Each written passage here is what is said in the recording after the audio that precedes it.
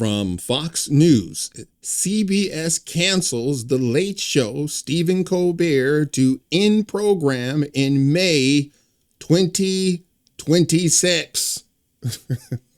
Now I'm going to tell you something right now. I come bearing receipts.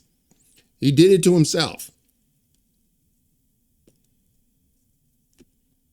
He turned this kind of nonpartisan, great late night show into nothing more than political theater. And I'm going to show you, and it is a joke, just an utter joke. And I for one, I'm glad. I'm glad that that is canceled, because he's a hack.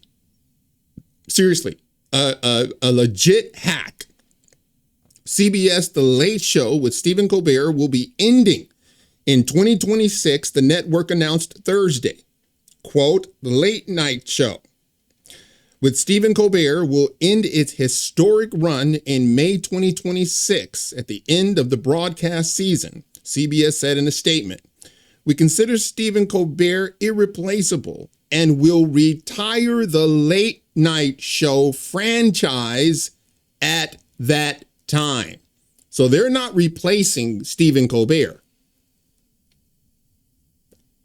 They're getting rid of the entire franchise, the entire late night show. The Late Show gone. And it just took one moron to end it. We are proud that Stephen called CBS home. He and the broadcast will be remembered in the pantheon of the greats that graced late night television. No, you won't. CBS said it is purely a financial decision against a challenging backdrop of late night, adding, it is not related to in any way to the show's performance, content, or other matters happening at Paramount. In other words, the merger has nothing to do. Paying Donald Trump millions and millions and millions of dollars has nothing whatsoever to do with this.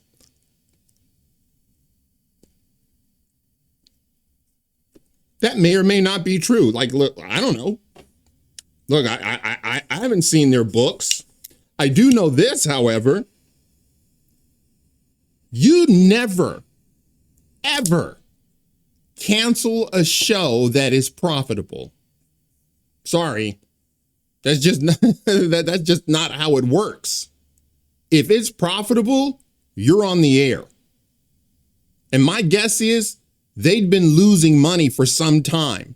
Quote, I found out just last night, next year will be our last season, host Stephen Colbert told his studio audience in the video posted on Instagram.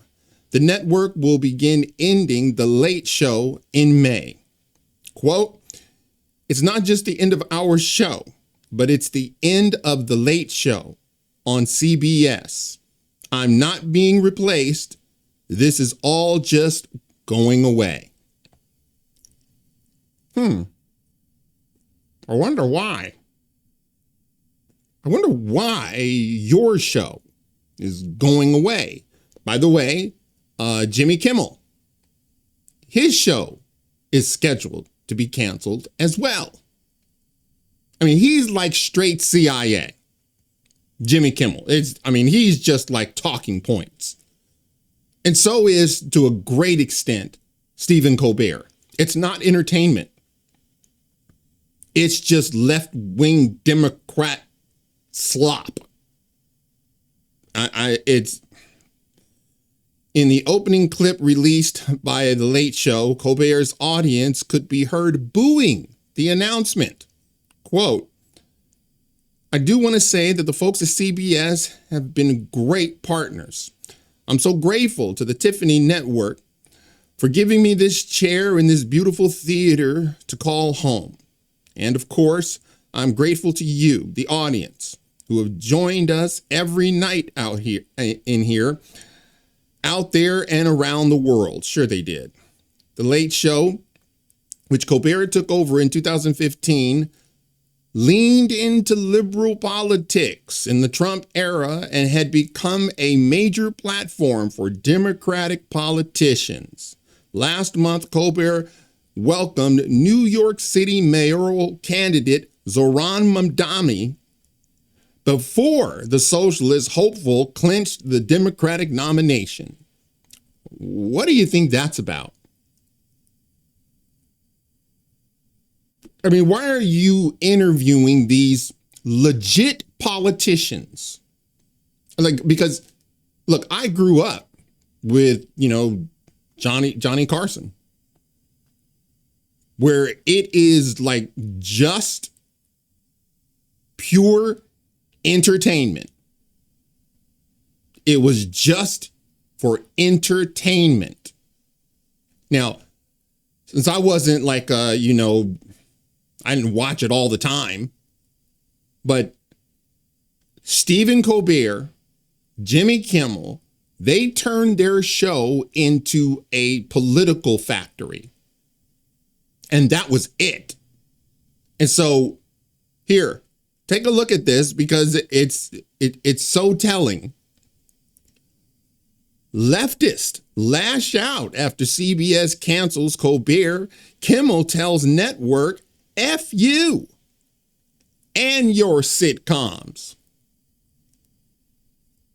You'll really know your impact. You'll really know your impact to the people who come to your funeral. Some would say that's really the only time you'll truly see the person's impact.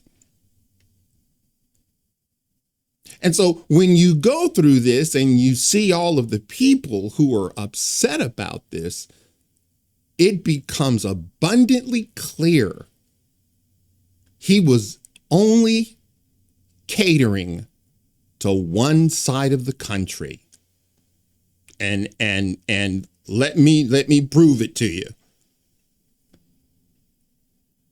Leftists are reacting to the news that The Late Show with Stephen Colbert will broadcast its last episode in May 2026. Many comments on social media responded to Colbert's posting of a monologue on Instagram announcing the news.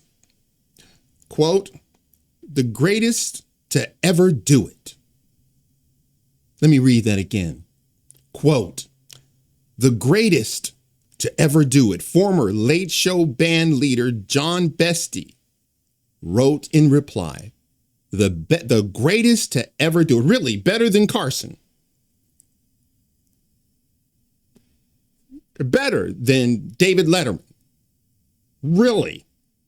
The best, the greatest to ever do it. You're delusional, or you're 5 years old. My admiration and appreciation for you is bottomless. Excited to see what other brilliance you put into the world. Filmmaker and producer Judd Apatow. Quote, "I'm so upset about this. I need more information. We love you." Journalist. Katie Couric. Journalist. He's a journalist. These are the people that are attending the funeral of this show, because these are the people he affected. 1/2 of the country, only 1/2. A true entertainer is bipartisan. This ain't that. Snow White star Rachel Zegler, because she's a real mover and a shaker, shared her thoughts writing, "I am extremely sad. I adore you, Stephen. Love you, Stephen. This is BS. And for one, I'm sorry, and I, for one, am looking forward to the next 10 months of shows." Adam Scott from Severance. By the way, Severance is an awesome show. Fellow late night host Jimmy Kimmel also reacted to the news, sharing in his Instagram stories, "Love you, Stevie. F you and all your Sheldons, CBS."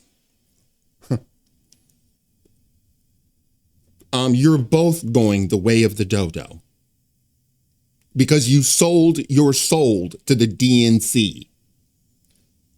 Senator Elizabeth Warren questioned if CBS motives for the cancellation had anything to do with politics. Oh, wow, Elizabeth, is that so? Quote, CBS canceled Colbert's show just 3 days after Colbert called out CBS parent company Paramount for its $16 million settlement with Trump, a deal that looks like bribery. Warren wrote on X, America deserves to know if this show was canceled for political reasons. No, it was canceled because it wasn't making any money. I actually believe CBS it was canceled because it wasn't making any money. Because when all you have is, Pfizer, I guess that can pretty much keep you afloat. But what happens when the jab is no longer popular? When all the advertising dollars start to dry up? Get this. Senator Adam Schiff had a similar suspicion. Quote, just finished taping with Stephen Colbert, who announced his show was canceled. If Paramount and CBS ended the Late Show for political reasons, the public deserves to know and deserves better. Question, is Adam Schiff now an entertainer? Why is Elizabeth Warren on the show? Why is Adam Schiff, of all the politicians, of everyone, really, Adam Schiff, the consummate liar, the Russia prognosticator, that Donald Trump has been dealing with Vladimir Putin. The walls were always closing in. He had evidence that Trump was a Russian agent. He had evidence. Of course, he never turned that evidence over to the FBI, but he swore up and down he had evidence. He is on The Late Show with Stephen Colbert.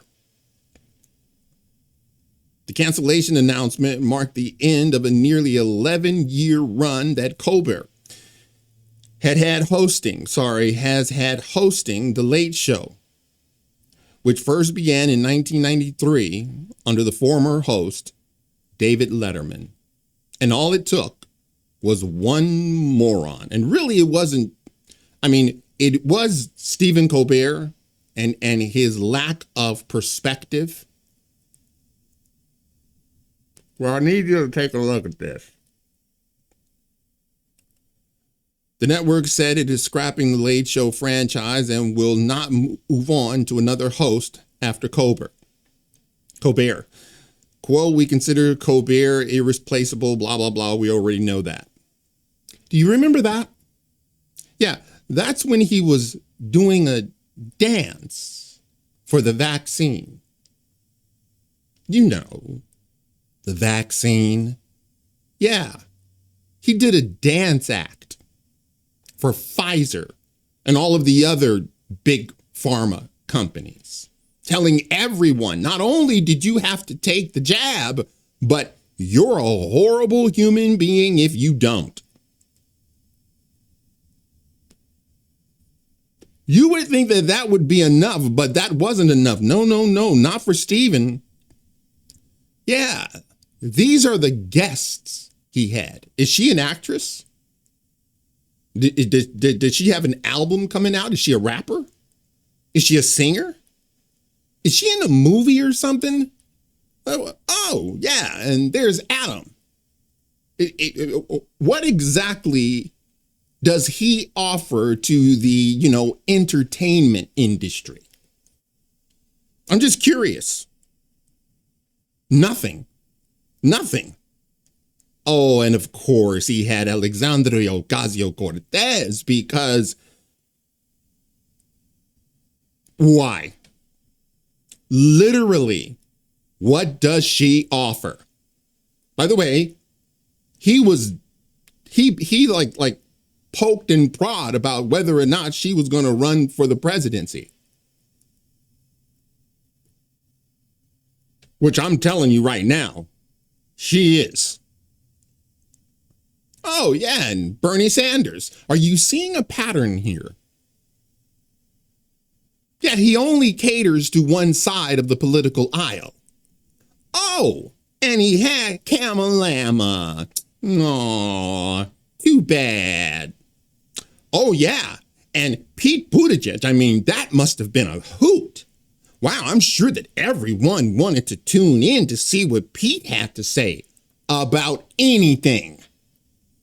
Imagine running to your television show to see what Pete Buttigieg has to say about something.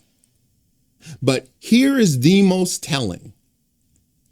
Oh, no, I saved the last, the best, or the best for the last. Yes, that was back in 2015. He had Trump on there. You say, hey, Stu, well, you're completely debunked. Look, he had Trump. That was back in 2015. Guess who else had him in 2015? I mean, and it was constant. MSNBC. I mean, he was a fixture on the Morning Joe. A fixture. They had him everywhere. By the way, that was all by design from Hillary herself. She figured, yeah, let's just keep him out there and everyone will understand that he's a moron and I'll just walk away with it because after all, it's my turn.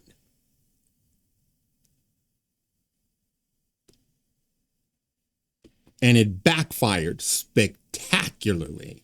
And we're all better off for it.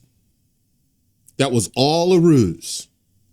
That they would sit down, they would talk to him. The only reason they were doing it was to pump him up. She wanted maximum exposure for Donald Trump. Turns out he was saying things like, we need to build a wall. He was saying things like, wow, you know what? I really think we're getting ripped off from these other countries. He started saying things that the American people were listening, going, whoa, hang on a second. He's making a lot of sense here. They don't sound like a game show host to me. The rest, as they say, is history. So, Stephen Colbert, you did it to yourself. This is purely a financial decision against the challenging backdrop of late night. It is not related in any way to the show's performance, content, or other matters happening at Paramount. Sure, it's not. But I just showed you all of those are all the guests. Who wants to see Adam Schiff? Who wants to see Pete Buttigieg? I mean, who? Seriously. As far as I'm concerned, you did it to yourself. And here we go. Let me talk about what we got done here tonight. The Republican Party and President Trump and everybody that works on our side has promised fiscal responsibility and fiscal discipline, and we're delivering on those promises again tonight. I just signed our H.R. 4, which is our rescissions package, the first of what we believe will be multiple rescissions packages. That's our plan. I'm delighted to send that over to the President's desk for signature, and he'll sign that quickly. We clawed back $9 billion in taxpayer funds and wasteful spending, fraud, waste, and abuse. We've been targeting that every area. This was directed to wasteful spending in the previous State Department, of course, the Corporation for Public Broadcasting, and a couple of other areas. We looked at that. We thought it was a waste of taxpayer funds, and we're taking care of business. So we'll continue to do that. We're going to downsize the scope of government. Government is too large. It does too many things, and it does almost nothing well. We believe in a limited government that's accountable and efficient and effective for the people, and we're going to continue to demonstrate that through our actions here on the floor. So, Mr. Speaker, update on the non-binding? In what the Trump administration is trying to do on the Epstein files, based on what the House tried to do tonight, are Republicans in the House trying to get more in line with the president and what he wants? I think he's asking about the Epstein files. There's no daylight between the president and House Republicans on transparency. And he's been very clear that he wants all credible information, credible evidence to be turned over to the people so that the people can decide. We trust the American people in their judgment. And we're for that. The president is for that, and there's different ways everybody expresses the same truth. But I would tell you that there's a unified opinion on that. Mr. Speaker, have you committed to a date? In the Rules Committee tonight, you guys advanced a rule with the Epstein resolution that you guys crafted. Do you commit to putting that on the floor for a full chamber vote? The Rules Committee turned into a bit of a debacle this week because the Democrats were trying to politicize this. We were working on cutting fraud, waste, and abuse and wasteful spending, and they kept trying to hijack that and derail it and turn it into Epstein hearings. That's not what the subject was. So the Republicans on the Rules Committee, most of them that were present, voted against Democrat amendments to try to hijack that. That was the right thing for them. They were wrongfully tarred and feathered by people who did not understand what was happening and said that they were covering up for, they were in favor of concealing Epstein files. It's simply not true. Just to let you know, so there was news articles back and forth about, Republicans, they're blocking voting on the Epstein files. No, they weren't. Actually, Newsweek reported that way. It wasn't true fact. It was a voting measure. They were voting on a voting measure. Like how we're going to do, X, Y, Z. It wasn't about whether or not we are going to release the Epstein files. Should have known. So the resolution that was advanced tonight in the Rules Committee was for them to go on record and say, no, of course we're for transparency. Of course, every single one of the Republicans on the Rules Committee are for transparency and for releasing the files, just as the President of the United States is. And they wanted that to make crystal clear, make it crystal clear. I think their vote tonight did. We'll determine what happens with all that. There's a lot developing. The President made his statements this afternoon. He's asked the Attorney General to release the information. I'm certain that she will. And everybody can make their own decisions about that. So for those of you who don't know, recently, just today, in fact, I believe Donald Trump told Pam Bondi that you can unseal the grand jury testimony about, Jeffrey Epstein. And, but there are some caveats there that I particularly don't like. Now, I'm going to get to that. But first, this NPR and cutting, PBS and NPR and all of these ridiculous left-leaning organizations that are federally funded. It's almost like they are like the propaganda wing. You know what? It would be akin to Stephen Colbert getting federal funds for his television show, only talking to Elizabeth Warren and Adam Schiff and Alexandria Ocasio-Cortez and Pete Buttigieg and Kamala Harris. It's the exact same thing. Here, just in case I don't know what you're talking about. Oh, you don't? I now recognize the gentleman from Ohio, Jim Jordan, for 5 minutes. Thank you, Madam Chair. Ms. Maher, who is Uri Berliner? Mr. Berliner is a former senior editor, That's all? a former senior business editor for NPR. How long do you work at NPR? I believe he was there just over 25 years. 25 years? Award-winning journalist? Did he win any awards? Our time did not Peabody overlap. Award? That's pretty important, isn't it? That is, So absolutely. pretty distinguished journalist, right? Certainly. And he wrote a long story about what you do at NPR. Is NPR biased? Congressman, I have never seen any instance of political bias determining editorial decisions, no. Well, Mr. Berliner, in his story last year, wrote, in the D.C. area, editorial positions at NPR, he said he found 87 registered Democrats, 0 Republicans. Is that accurate? We do not track the numbers or the voter registration, but I find that Was concerning. award-winning journalist who worked 25 years at NPR, Mr. Berliner, was he lying when he wrote that? I am not presuming such. I just don't have, we don't track that information about our journalists. 87 to 0, and you're not biased. I think that is concerning if those numbers are accurate. It's concern. I mean, it wasn't 44-43. It wasn't 60-27. It wasn't 70-17. It wasn't even 80-7. It was 87 Democrats, 0 Republicans, and you say NPR is not biased. How about the big stories over the last few years? According to Mr. Berliner, again, he wrote on the Trump-Russia story, he wrote, at NPR, we hitched our wagon to Trump's most visible antagonist, Representative Adam Schiff. He said they interviewed him 25 times. Is that accurate? I was not there at the time, but those numbers sound accurate. Yes. Those sound accurate. But then he said when the Mueller report came out and they said, Robert Mueller said he found no evidence of collusion, he said Russiagate faded from our programming. Is that accurate? Again, I was not there at the time. I couldn't say. You couldn't say? I was not at NPR at the You time. didn't prepare for that? You knew we were going to ask you about this guy, didn't you? It's come up like 6,000 times already in the hearing.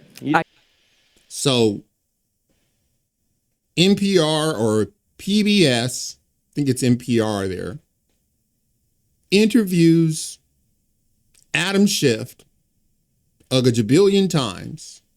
He is the one pushing the Russia hoax. The FBI special counsel, Robert Mueller, comes to the conclusion that there's no coordination, there's no conspiracy, there is no collusion, and it just magically went away. To just move on to the next thing. Never acknowledging it was all a hoax. By the way, here's the hard truth. You were paying for it. Yeah, you were paying for it. They were getting federal dollars to run propaganda for the Democrat Adam Schiff and Elizabeth Warren and the whole lot of them using your money. I just couldn't say whether it faded from our coverage, sir. How about this story? October 2020, the New York Post had the Hunter Biden laptop story, and one of those editors, I guess one of those 87 Democrat editors, said this: we don't want to waste our time on stories that are not really stories. We don't want to waste the listeners' and readers' times on stories that are just pure distractions. Was that a pure distraction story? Our current editorial leadership believes that that was a mistake, as do I. Yeah, the whole country knows that was a mistake. Well, it's easy to say that now, that it was a mistake, because it was a mistake. Everybody can see it was a mistake now. By the way, the whole time, the whole back and forth with whether or not is it real, it's Russian disinformation, all of those, so-called intelligence agency, the former intelligence agents were telling you it has all the earmarkings of Russian disinformation campaign. Really? The entire time that was going on, the FBI was in possession of the laptop. The entire time that everybody is going back and forth, whether or not it's authentic, the FBI had it in its possession, knowing full well it was real. They knew it was real. They just didn't want to tell the general public. Why? Well, that would, in fact, let me tell you this. Here on YouTube, if you say that it had any, kind of, I got to choose my words carefully. If you say that it had any kind of, effect on the, ultimate, well, then that video is going to be taken down. It was a coordinated effort to get that bag of wrinkles into the White House. Definitely impacted the election, or I think it certainly impacted the election. How about the COVID origin story? That's a pretty big story too, right? Mr. Berliner said, we became fervent members of the team natural origin, even declaring that the lab leak was debunked by scientists. Turns out, though, the lab leak is what most people think actually caused the COVID virus. Sorry, is there a question there? There is. You guys were 0 for 3 on the three of the biggest stories in the last 5 years. You guys were 0 for 3, and yet you maintain that NPR is not biased? Congressman, I do not believe we are politically biased. No, we are a nonpartisan organization. Nonpartisan organization. What's happening to your listeners over the last 5 years? Went up, down, or stayed the same? It has gone up and down and is now going back up. Well, I thought 5 years ago it was at 60 million. And you said in your opening statement, I think 43 million. That's correct. So 43 million now, and it was at 60 million 5 years ago. I can do some math. That looks like it went down. And is now going back up. It's now going back up? Yes, it is. How much has it went back up? It's gone up a couple of millions over the past years. years. So you went from 60 million to 41 million. Now you're back up to 43 million. In a year's time, I'm very proud of that growth, sir. Okay, you're proud of that growth. Okay. But over 5 years, it's went down 18 million. That is correct, sir. Okay. Should taxpayers subsidize NPR? I believe that taxpayers subsidize local stations, sir. That is the vast majority of what. I thought you said you got 11 million from Corporation of Public Broadcasting, which is taxpayer funded directly to you, right? That is to support the public. And then local stations get it from the Corporation of Public Broadcasting, right? They get taxpayer money. 100 million that goes to the local. 100 million goes to local stations, and then those local stations buy back programming and content from you. So that money goes to the local stations, comes back to you, gets routed through the local stations, all taxpayer money. Those fees are actually based on private donations rather than on federal funding. Well, we all know money's fungible, so some of it gets put in there. Certainly, we could agree that money is fungible. What? More money for less listeners. You fired the guy who pointed all this out, who said that you were so biased to the left that you lost listeners, which is exactly happening, and you're here maintaining that, oh, you need to continue to get taxpayer money. I did not fire Mr. Berliner, sir. Okay, the guy that left after all that. Understand. Are you fundraising off today's hearing? Sir, I believe that there was a message that went out earlier today letting people know we were coming in. Yes. Yeah, and at the bottom of the message it said, donate now, right? I don't recall the exact language. I can show it to you. Right there it is, donate now. I mean, I'm not against fundraising. We all do it. I mean, I get it. But it's, I assume this fundraising thing is probably going to all the left listeners who are subsidized content by the taxpayers, and that's the gentleman's time is expired. That's the rub. Let them get George Soros to fund it. Let them get Mike Bloomberg to fund it. Let them give you millions and millions of dollars. Why does it have to come from the federal taxes? Why? I'm telling you, giving money to NPR is like giving money to Stephen Colbert's show. You're giving money to him interviewing Elizabeth Warren and Adam Schiff. That's what it's like. You might as well give your money to Jimmy Kimmel so that he can invite on Adam Schiff. They're just disguising it as, like you just heard. Oh no, I don't think we're biased at all. You don't have one Republican journalist, not one, and you don't think you're biased. Really? It's very concerning if those numbers are true. She knows it's true. I gotta tell you, I'm glad it's over. I'm glad it's over. From CNN, Trump's victory over PBS and NPR bias will be, quote, devastating, close quote, to rural areas, station leaders say. Is that so? It's going to be devastating. The public television stations will be forced to make hard decisions in the weeks and months ahead, PBS CEO Paula Kerger said Thursday, after lawmakers advanced the bill that cancels all the federal funding for the network for NPR. Good. Radio and TV stations may need to lay off staffers and cut back on programming. Popular shows like, quote, the Daniels Tigers Neighborhood, I never heard of that, may reach fewer people. Big Bird and Sesame Street fame isn't going away, but the financial system that supported him for decades is being stripped away, but it's not going away. And Brian Stelter, it's not going away. By the way, you guys got plenty of money. You don't need mine. They've got plenty of money, just like these universities. They got plenty of money. They don't need mine. House Republicans passed the spending cuts bill shortly after midnight Friday.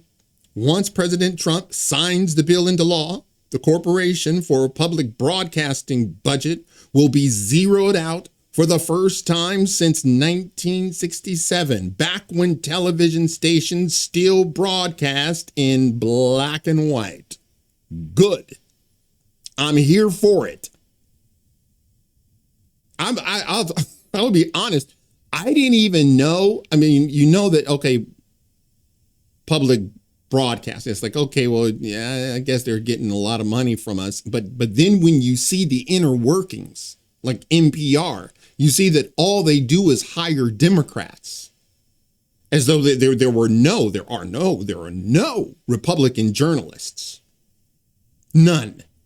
It's amazing to me that Fox could even exist, since there are no Republican journalists.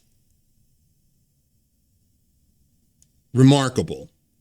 President, I know you want to move past all this intrigue over the Epstein files, but I do want to ask you to clarify something you said this morning. You said this was all a hoax. Has your Attorney General told you this was a hoax? What evidence have you seen? No, it's not the Attorney General. No, I know it's a hoax. It's started by Democrats. It's been run by the Democrats for 4 years. You had Christopher Wray and these characters and Comey before him. And it's a bad group. It started, actually, look at the Steele dossier that turned out to be a total hoax. The 51 agents, the intelligence, so-called intelligence agents, it was a hoax. It's all been a big hoax. It's perpetrated by the Democrats. And some stupid Republicans and foolish Republicans fall into the net. And so they try and do the Democrats' work. The Democrats are good for nothing other than these hoaxes. They're bad for policy. They're bad for picking candidates that can get elected. Like in New York, we have a communist running. He may get elected too, actually, but he'll destroy the city. It's I call it the Epstein hoax. It takes a lot of time and effort. Instead of talking about the great achievements, we've had a great gentleman yesterday, as you know, went on CNBC and he made the statement that Trump may go down as the greatest president of all in the United States. And instead of talking about the things we've achieved, we've had tremendous achievement. They're wasting their time with a guy who obviously had some very serious problems, who died 3-4 years ago. I'd rather talk about the success we have with the economy, the best we've ever had, and all of the things we've done, including in the Middle East. I mean, you see it. Instead, they want to talk about the Epstein hoax. And the sad part is it's people that are really doing the Democrats' work. Here's the problem. And I guess he finally came to his senses. Number one, it's not a hoax. Okay. You got that chick Maxwell, his right-hand gal, in prison serving like 20 years. Okay. Mr. President, if that's a hoax, you need to pardon her. If it's all a hoax. If they weren't trafficking people, then why did Pam Bondi say that she had thousands of videos, illicit videos? Let's just keep it family friendly, abusing children. Why would she say that? if it's a hoax. And here's the reason that guys like me won't let it go. It's because I want justice for all of the victims. Now we know there were like over a 1,000. I want justice for them.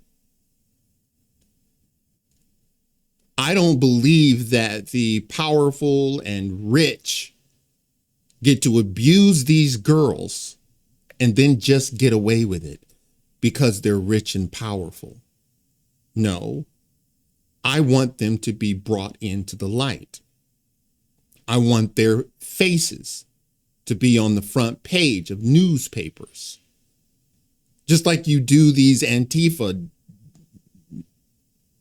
I want you to do that to these people.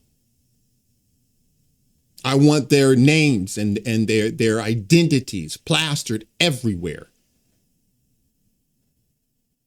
We don't need to see the tapes. That's just, that would be very difficult to watch anyway. Nobody wants to see that. I, for one, vote to not see the videos. But the people that did this to these gals, they should be brought to justice. They should have to pay for their crimes. It's not going away. And for whatever reason, I guess he came to the conclusion that I guess this isn't going away. No, Mr. President, it's not. It's never going away until we get to the bottom of it. Calling it a hoax doesn't make it a hoax. By the way, when you start calling this a hoax, people are going to start looking at all of the other things you call a hoax, because this isn't a hoax. He was trafficking girls. Bill Clinton was on his plane. It's in the flight logs. Powerful people were on that island. And I would love to know, I'll tell you what I would really like. All of his financials. I want to know how he made, apparently to multiple reports, that he was a multi-millionaire. I said that he was a billionaire. Some reports say that he was a multi-millionaire. So hundreds and hundreds of millions of dollars. Fine. I want to know how he made that money. I want to know who paid him. I want the receipts. I want the deposits. I want to know how and when they deposited it. And then you tell me that it's a hoax. Sorry, it just doesn't fly. It doesn't fly. From the Wall Street Journal, Trump calls for release of pertinent Epstein documents following Wall Street Journal article. They just made an article about Donald Trump being hanging out with Jeffrey Epstein. Of course he was hanging out with Jeffrey Epstein.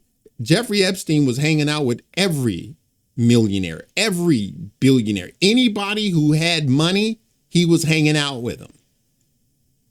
And somehow, some way, the Wall Street Journal and these, morons on the left are thinking that, no, Donald Trump is in those files. That's the most absurd thing ever. I know I've said it before, but to think that James Comey, who hates Donald Trump, had the tapes in his possession and had Donald Trump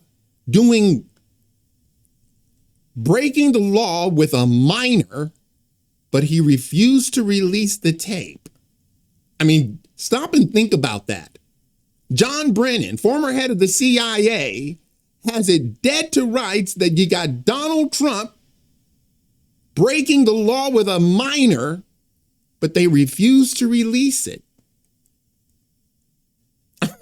Who believes that? It's absurd that somehow, no, Donald Trump is on those tapes. No, he's not. It's ridiculous.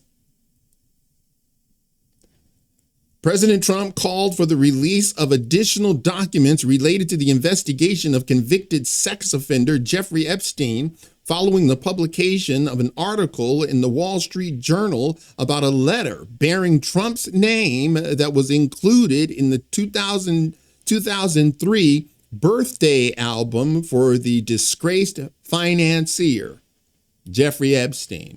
So just let me point something out.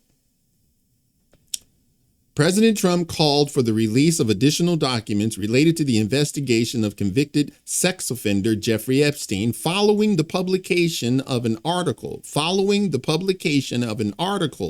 in the Wall Street Journal about a letter bearing Trump's name.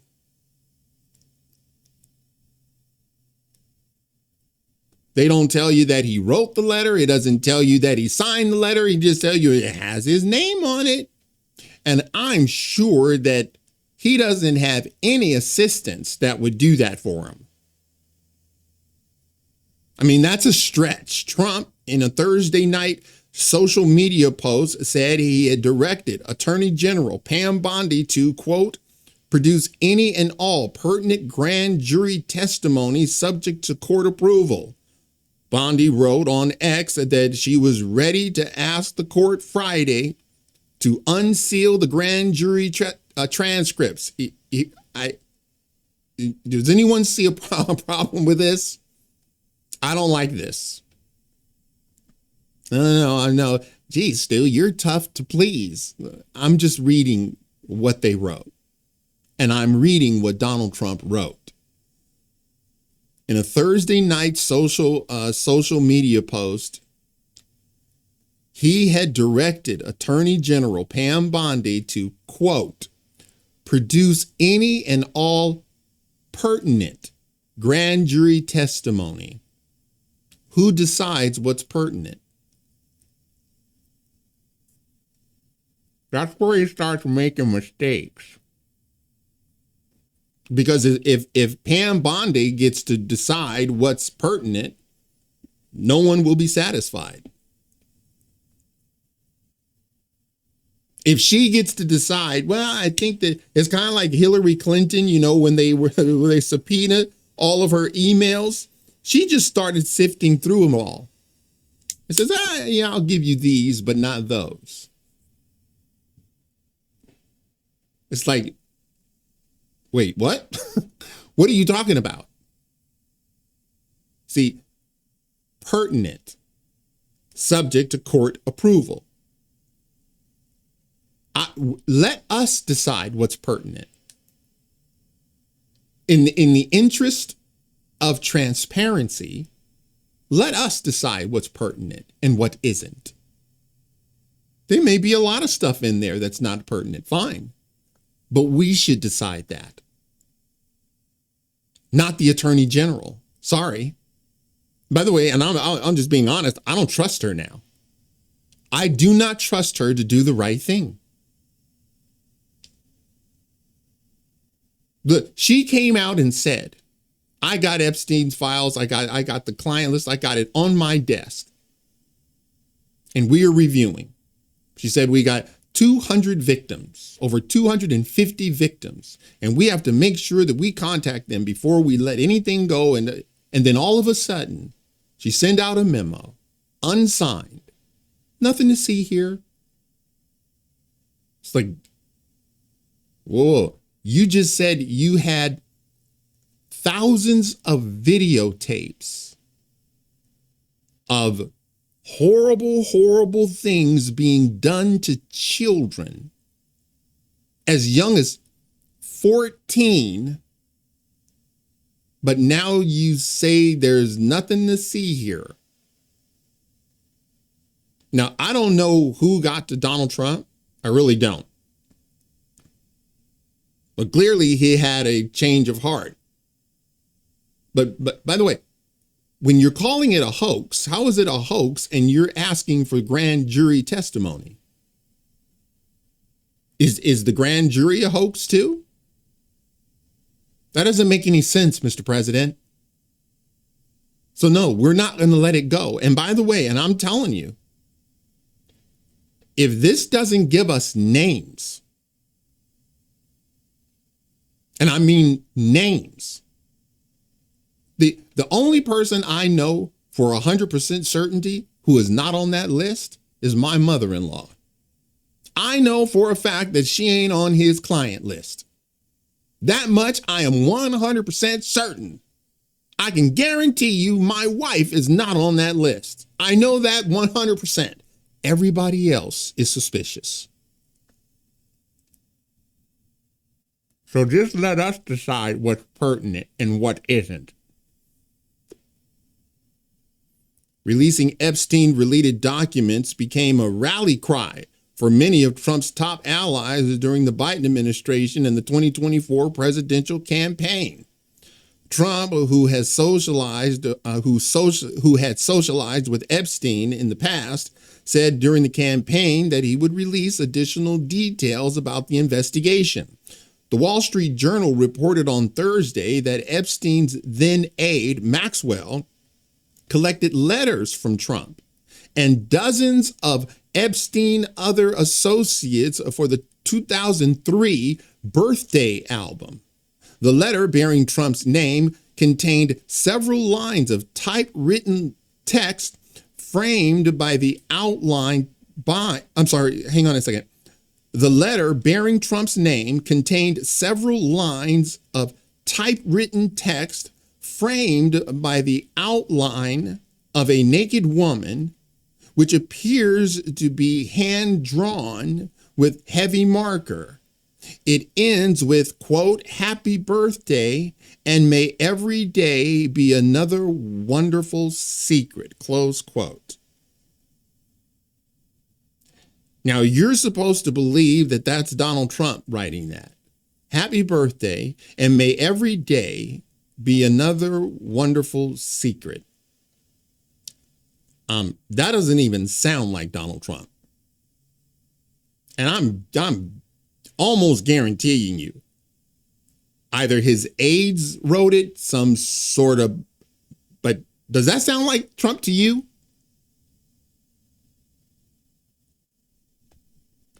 The press had learned, quote, "The press had to learn to be truthful and not rely on sources that probably don't even exist," Trump wrote, citing his recent efforts to settle lawsuits with other news organizations, like CBS.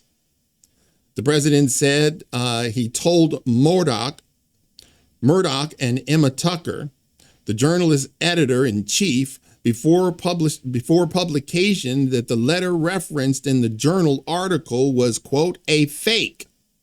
Tucker declined to comment through a spokeswoman.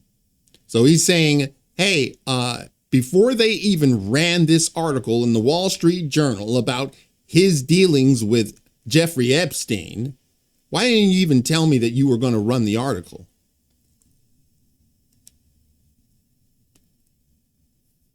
Why not? He should sue them. Sorry. He should absolutely sue him for this. Some of Trump's most prominent supporters have called for Bondi's resignation in the midst of the fallout, but Trump has stood by her, and he has. And guess what? I'm not calling for her to be fired, but I'm just calling for the information to be released, whether she wants to or not. And Donald Trump has the means to demand everything be made public. Documents. I'm not talking about videos. Again, no one needs to see that. But the people that did it, the people that are in those videos, those people need to be brought to justice. Just because they got a lot of money and a lot of power doesn't mean that they get to skirt the law. That's one of the, that irks me. So we'll see what happens. I guess by Monday we'll all know. Now, I am going to turn to something here. Pay very close attention. So I made an entire video about this yesterday. I prayed over it. I sat on it overnight, and something in my spirit just kept battling with me, kept telling me to play it safe. So I'm going to do just that, and I'm not going to talk about this like I would like to. What I will say though is that we are watching the foundation be laid for Revelation 13:16 to play out. We are in a period of time right now where we are watching the foundation for everything be put into place. We are watching the infrastructure be put into place for the third temple. We are watching the setup, the chess pieces, if you will, being moved into place for a global system to take effect. And that's exactly what is needed for this to be able to come to life, for this to be fulfilled. We have to have a global platform in order for all people, great and small, rich and poor, free and slave, to receive a mark on their right hands or on their foreheads. I do also want to address the fact that there are so many people in my comment section that actually believe that either our phones or some form of technology or what happened in 2020 was this. So let's take a look at scripture, because there is clearly a misunderstanding of what this actually is. Verse 15, the second beast, who is the false prophet, was given power to give breath to the image of the first beast, of the Antichrist. So there's going to be an image of the Antichrist, so that the image could speak and cause all who refuse to worship the image to be killed. It also forced all people, great and small, rich and poor, free and slave, to receive a mark on their right hands or on their foreheads. So along with the implementation of the mark, you will be required to bow down and worship the Antichrist. And if you do not, if you refuse both of these things, you are going to be taken out. Y'all, this is going to be an intentional, moral, and conscious decision on every single person's part when they line up to agree to receive the mark, when they line up to agree to worship. That is going to be an intentional, conscious decision. Here it is, to worship Satan.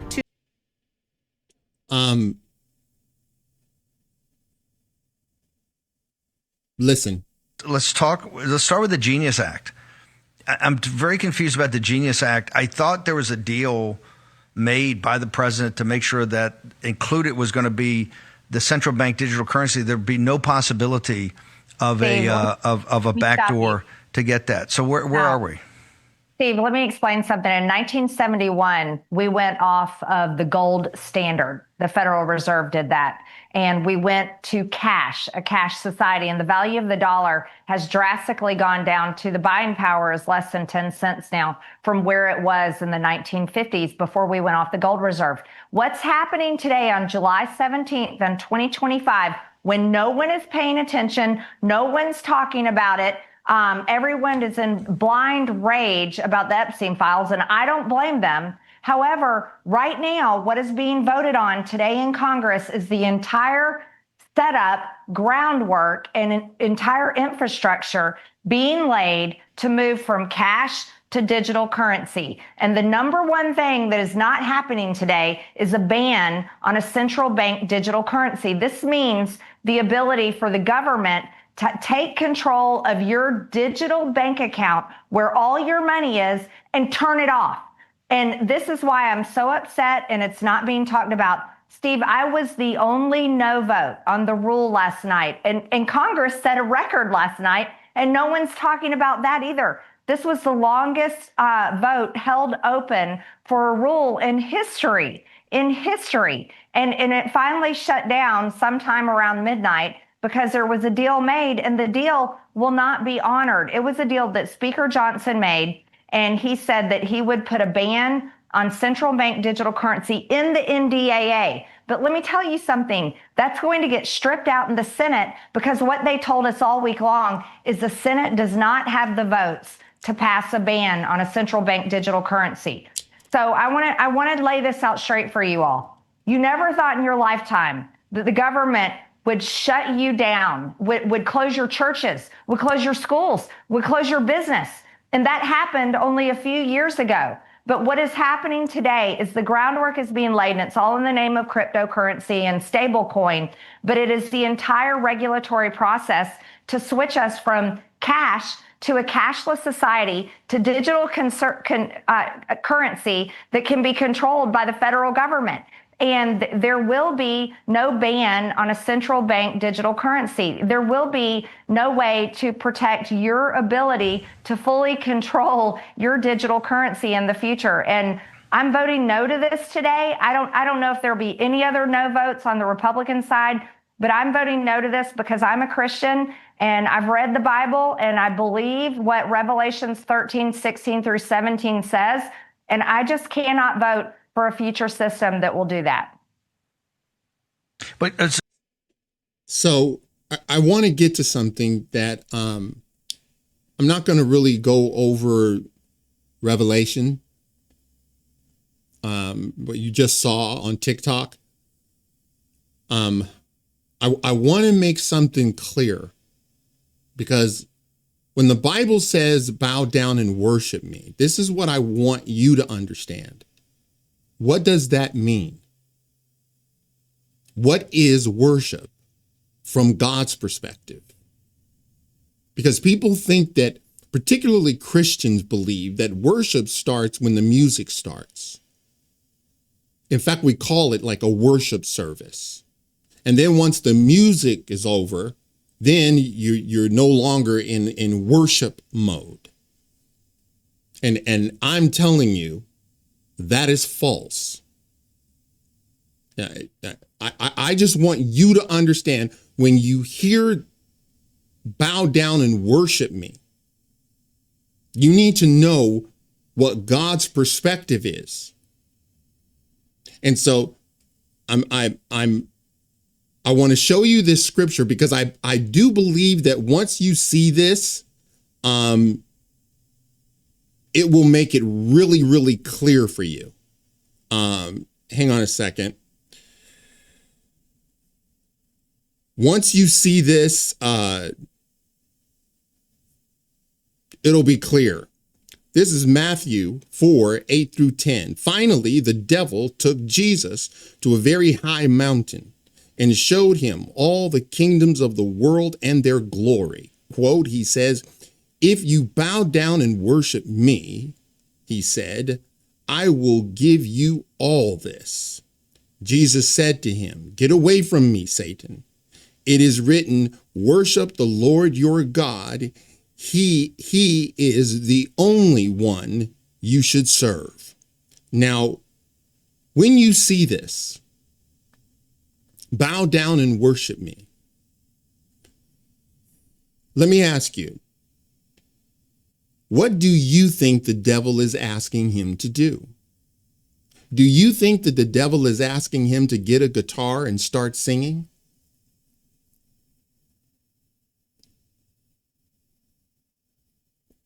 No, clearly he's not.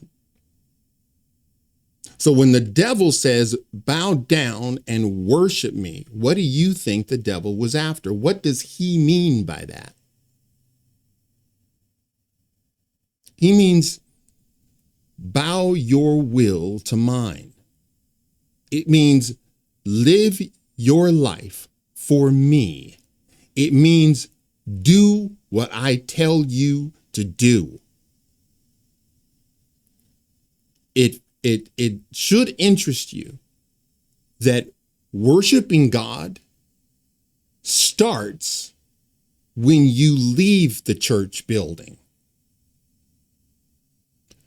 Worshiping God starts when you leave the service. Because when the devil says, bow down and worship me, you know that he's not asking him to give me a rendition of a worship song. No, he's asking him to conform his will to devil's will. That's what true worship is. Conforming your will to God's will. That's what real worship means. So, when the Bible says that they worship the beast, it's not like they're bowing down like I'm Allah. That's not what he's talking about. It's saying live your life the way the beast wants you to live your life. And the first thing you're going to have to do is take this mark.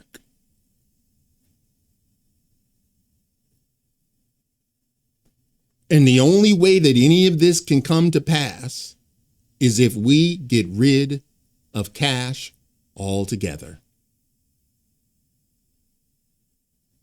I mean, you have to not only be removed from a cash society, you have to outlaw it.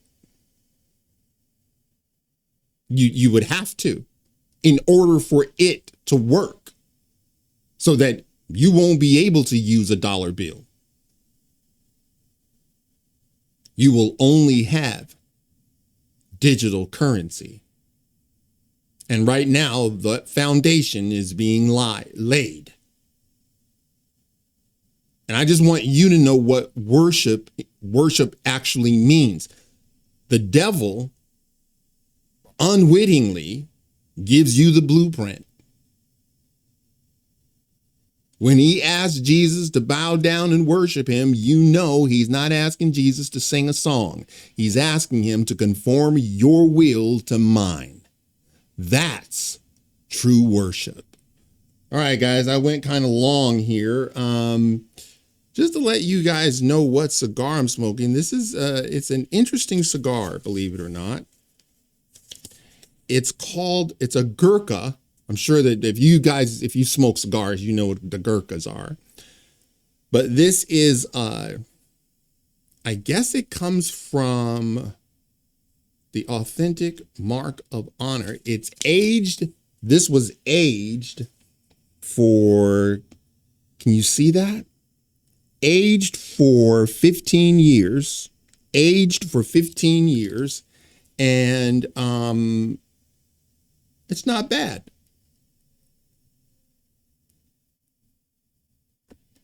I would give this 7 out of 10. Some Gurkhas are really, really good. But I would give this one a 7 out of 10. Well, and the draw, it's a great draw. It's just that this is the first one of these I've ever had. So I can't tell you how consistent it is, but the draw on this is great. That's kind of like why I moved it from a 6 to a 7. Because typically if the draw was suspect, I would have given it a 6, but I'll give this, I give it a solid 7. Nothing to write home about, but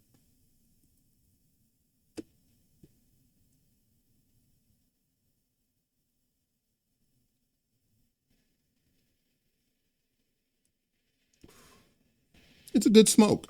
I think you would enjoy it.